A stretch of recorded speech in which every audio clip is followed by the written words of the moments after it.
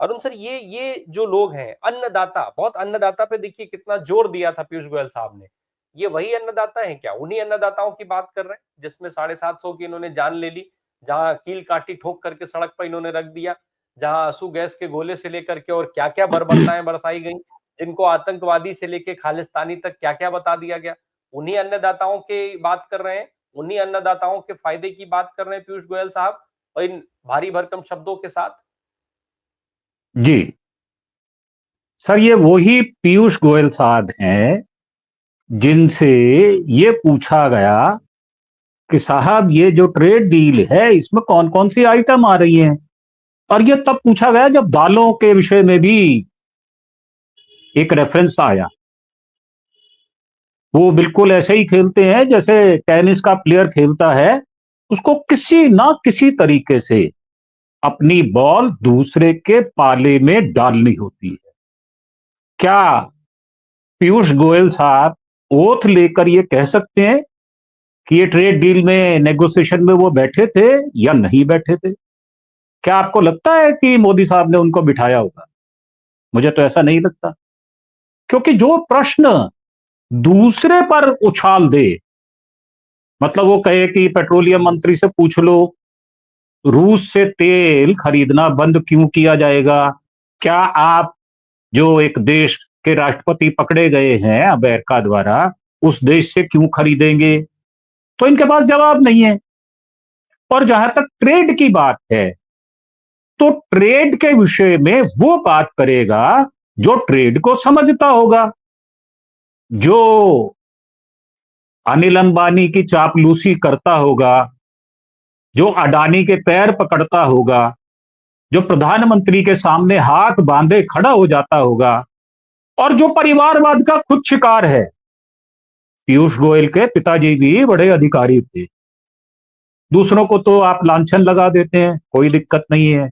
अभी राकेश साहब ने एक बड़ी सुंदर बात कही और उन्होंने प्रश्न उठाया निशिकांत दुबे पर।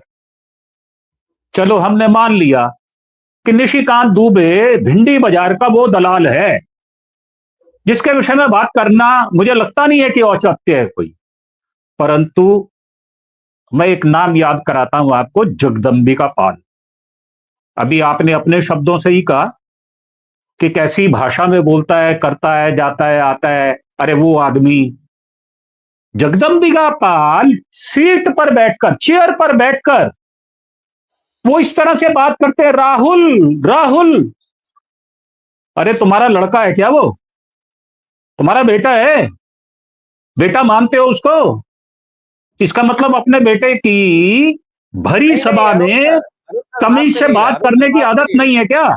जी अरुण सर माफ करिएगा, सदन में अगर सदन में वो उनके बेटे भी होते तो भी आप ऐसे नहीं बुला सकते हैं, वहां नहीं बुला जी, सकते आप, यही चेयर मैं पे कह बैठ रहा हूं। करके की बात नहीं बुलाएं। जी, चेयर पे बैठकर आपको वो सारी फॉर्मेलिटीज तमीज की दिखानी पड़ेंगी। आप बदतमीज नहीं हो सकते, वाहियात नहीं हो सकते। ये आप कह के आपने इस सदन को, बिल्कुल सच बता रहा हूं आपको, चंडू खाने में तब्दील करने का कुत्सित प्रयास किया है। यह हाउस है जिसको विश्व की बहुत सारी निगाहें देख रही हैं, लाखों करोड़ों लोग देख रहे हैं, लाइव देख रहे हैं। अगर आप उसको प्रोसीडिंग से निकाल भी देते हैं तो क्या उसकी रिकॉर्डिंग हमारे पास नहीं है क्या? आपके पास नहीं है क्या? मैं आपको, मेरे दरवाजे के सामने सब्जी वाला जाता है, उसके फोन में दिखा देता हूं मैं आपको।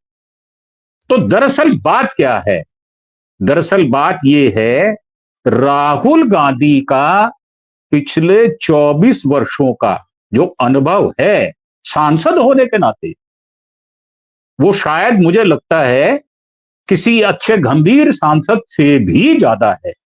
क्योंकि वो दो चीजों को कंपैरिजन करके कि हिंदुस्तान को क्या मिलेगा, हिंदुस्तान का हित में क्या है, जब वो ये कहते हैं ना कि भारत माता को बेच दिया, तो सर शरीर में रोमांच होता है, रोए खड़े हो जाते हैं कि कैसे कैसे कोई आदमी बेच सकता है?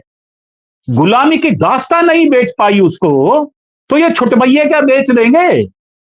रमेश विधूड़ी का क्या नाम लूं, जो इस तरह की वाहियात बकवास करता हो? अनुराग ठाकुर का क्या नाम लूं? कपिल मिश्रा हाउस के अंदर सदन में कहते हैं ये मानसी सोनी का यार। क्या वो भाषा हम बोल सकते हैं?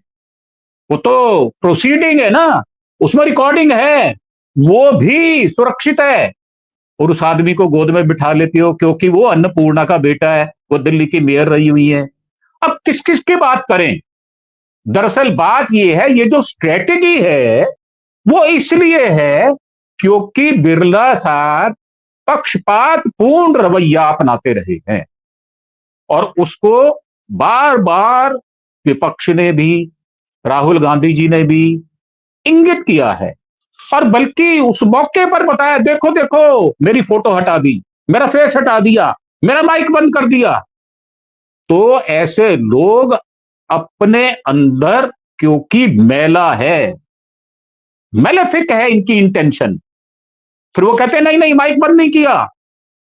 तो बात होती है मुद्दों की, जैसे कि आपने कहा कि नेशनल जो है सिक्योरिटी, बात तो उसकी हो रही थी ना, किताब छपी नहीं छपी, परंतु हमारे रक्षा के सबसे बड़े ओहदेदार ने उस पॉइंट को रखा तो सही देश के सामने, प्रत्यक्ष प्रत्यक्ष स्थिति जो वास्तव है वो रखी ना, कि साहब हमको इतनी छोटी बात के लिए पूछना पड़ता है, और बाद में ये कहा जाता है कि जैसी आपकी मर्जी हो वैसे कर लो, जैसे उचित समझो। मैं आपको बहुत छोटी सी बात बताता हूं, बी ग्रेड का आदमी, बी ग्रेड मतलब जो क्लास गस्टेड, बी ग्रेड उसको मानते हैं, 4200 से 4800 का आदमी, मैं 5400 के आदमी की बात ही नहीं कर रहा जो कंफर्म्ड क्लास 2 गस्टेड अफसर होता है, और मैं फर्स्ट क्लास की बात नहीं करता जो 6600 के ग्रेड में होता है, उसको क्लास 1 गस्टेड अफसर कहते हैं। सर, क्लर्क भी उनको नोटिंग पुटअप करके देता है ना, तो साफ साफ लिखता है उस विषय में कि ये फैक्ट्स पाए गए और इसके बेसिस पर मैं ये वाली बात सजेस्ट करता हूं। और जब निर्णय लिया जाता है तो क्लास 2 हो या क्लास 1 हो, वो बिल्कुल डिमार्केशन क्लियर होती है बिटवीन द लाइन कि ये एक्शन ले लो। कौन कौन सी आदमी बैठे हुए हैं वहां पर? बाहर आकर गिरिराज किशोर क्या कहते हैं, शर्म से डूब मरो यार, डूब मरो। तुम इतने इतने नीच गलीच हो सकते हो कि जो नयनतारा सहगल है वो तो बेटी है ना बहन की, आप फोटो लेकर क्या बात करते हैं? पूरा पूरा पूरा दृश्य देखे बिना, जैसे कि राकेश जी ने कहा, हमको चर्चा छोटे से छोटे विषय पर करनी पड़ेगी। हम चर्चा अपने लिए नहीं कर रहे, हमारे दिलों में, हमारे दिमागों में बिल्कुल कॉन्सेप्ट क्लियर है, हम चर्चा कर रहे हैं अपने व्यूअर्स के लिए, उनको बताने के लिए कि ये जो विषय हैं ये कितने गंभीर हैं, इस पर किस प्रकार के प्रश्न पूछे जाने चाहिए, जैसे राहुल जी ने पूछे हैं, और उसके उत्तर में आप छिछोरी किताबें लेकर आ जाते हो। तो ये कोई, फिर नाम लूंगा तो आप भी चौंक जाएंगे कि भाई ये किताबें तो वही लिखा करता था ना। तो मेरा कहने का अर्थ सिर्फ इतना है कि ये कांग्रेस आगे ना बढ़ जाए, अपनी अपनी परिस्थिति को और मजबूत ना कर ले। राहुल गांधी 2029 के प्रधानमंत्री के कैंडिडेट ना बन जाएं, उनका मुकाबला उस पर ना हो जाए, उनकी शोहरत इतने प्रतिशत ना बढ़ जाए कि मोदी साहब बोना महसूस करना शुरू कर दें। तो ये सारा कुचक्र रचा गया है। आप कहें तो मैं बिंदुवार आपको सारी बातें बता सकता हूं। तो अर्थ यही निकलेगा जी, अर्थ यही निकलेगा कि निरर्थक, बेवजह की और कोई पॉइंट नहीं है। प्लान ये है कि राहुल जी की प्रेस्टेज को फिर से पप्पू के लेवल पर लाया जाए, वो हो नहीं सकता। वो बाहर जाते हैं, ऑक्सफोर्ड में बोलते हैं, बड़ी बड़ी यूनिवर्सिटी में जाते हैं, तब तो आपके सांप सूंघ जाता है, तब उनके विषय में जो वहां बातचीत की है उसका यहां विरोध नहीं कर पाते, उसका वो जवाब नहीं दे पाते, आप छिछोरी बातें लेकर बैठ जाते हैं। तो मेरा ये कहना है, हमें बातचीत करनी चाहिए हर एक उस गिरे हुए आदमी के बारे में, हर एक उस उच्च मानदंड वाले व्यक्ति के बारे में। ताकि हमारे व्यूअर्स ये फर्क समझ सकें कि बीजेपी में कैसी मानसिकता के कुत्सित लोग बैठे हुए हैं, जो चाल चरित्र चेहरा ये हमें दिखाते हैं वो दरअसल है नहीं।